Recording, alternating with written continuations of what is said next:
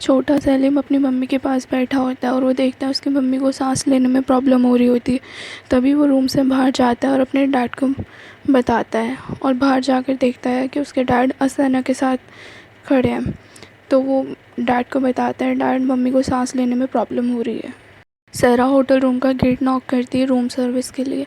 अंदर से आवाज़ आती है, डू नॉट डिस्टर्ब। सहरा वहाँ से चली जाती है और लॉबी में अपनी एक कोवर्कर को शैम्पू देती है। उसी टाइम एडा सलीम के रूम से बाहर निकलती है, लेकिन वो बहुत जल्दी में होती है तो सहरा को नहीं देख पाती। सलीम के डैड घर में फ़ोन पे किसी से बात कर रहे होते हैं। उनको फ़ोन पे बात करता हुए देख असना नील और ओनूर से कहती है, 1 घंटा हो गया अहसान को फ़ोन पे बात करते हुए। नील कहती है, अगर ज़रूरी नहीं होता तो डैड घर पे किसी से बात नहीं करते फ़ोन पे। असना कहती है, अगर इतना ज़रूरी काम मेरे से होता तब भी इतनी देर एहसान मुझसे बात नहीं करते। फ़ोन पे बात करने के बाद एहसान नील से कहता है, तुम डॉक्टर के जा रही हो, डॉक्टर जो भी कुछ कहे मुझे बताना। असना एहसान से पूछती है कि ये दोनों कौन से डॉक्टर के पास जा रहे हैं और जब इनके बच्चा नहीं होने वाला तो ये डॉक्टर के पास जा के अपना टाइम क्यों वेस्ट कर रहे हैं। एहसान कहता है, ये आखिर तक ट्राई करेंगे। सहरा सुबह वाला इंसिडेंट अपनी फ्रेंड को बता रही होती है। उससे कहती है, अगर वो इंसान नहीं होता जिसने मेरी हेल्प करी है तो चोर मेरा पासपोर्ट, आईडी, पैसे सब ले लेते।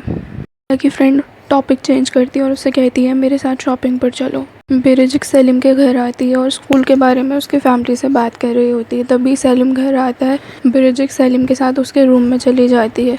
सलीम बिरजिक को रूम में ले जाकर उससे पूछता है, ये कौन सा तरीका है बिना बताए घर आने का। बिरजिक उससे कहती है, ये तरीका है तुम्हारे घर आए मेहमान से बात करने का। बिरजिक सलीम को पेन ड्राइव दिखाती है और उससे कहती है, इसमें स्कूल प्रोजेक्ट है, तुम मुझे अपना लैपटॉप खोल के दो।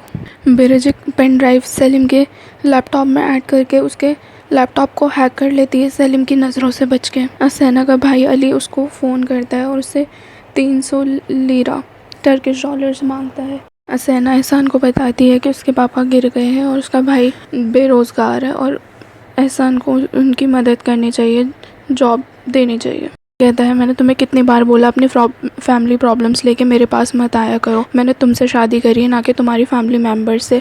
लेकिन बाद में एहसान मान जाता है अली को जॉब देने के लिए। सहरा ग्रॉसरी लेने मार्केट जाती है। वहाँ पे 2 लोग उसे छेड़ रहे होते हैं। एक आदमी अपने डॉग के साथ बैठा हुआ ये सब देख रहा होता है। बाद में वो सहरा की हेल्प करता है। सहरा उसको थैंक यू बोलती है और वो आदमी अपने आप को सहरा से इंट्रोड्यूस कराता है। कहता है, मेरा नाम बारबरोस है, लोग मुझे बारबर कहते हैं।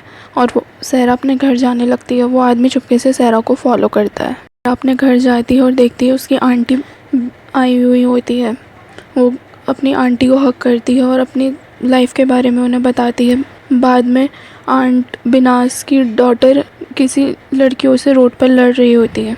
बिनास की बेटी नाजली घर आती है और सहरा उसको वेलकम करती है और उसके लिए चाय और फ्रूट्स लेकर आती है। सहरा की मॉम टीवी देख रही होती है और अपनी पुरानी चीज़ें याद कर रही होती हैं।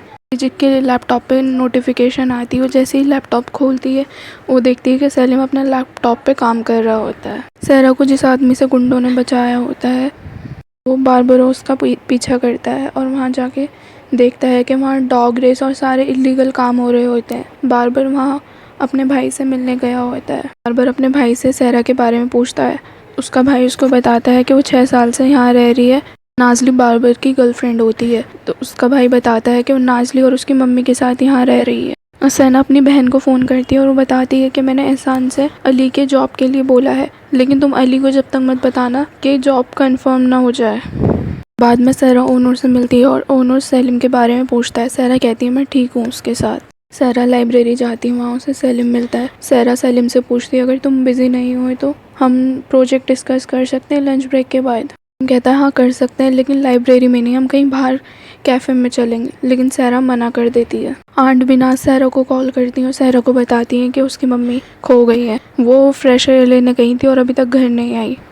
आज बताती है कि सहरा की मॉम कब्रिस्तान जाना चाहती थी, लेकिन उन्होंने मना कर दिया कि हम वहाँ पे वीकेंड पे जाएंगे। ठीक है, आप घर के आसपास देखो और मैं कब्रिस्तान जाके देखती हूँ और अगर आपको मम्मी मिले तो आप मुझे फ़ोन करना। कब्रिस्तान में सहरा की मम्मी की तबीयत ख़राब हो जाती है। जिस आदमी ने सहरा को बचाया होता है वो उसकी मम्मी को भी हेल्प करता है।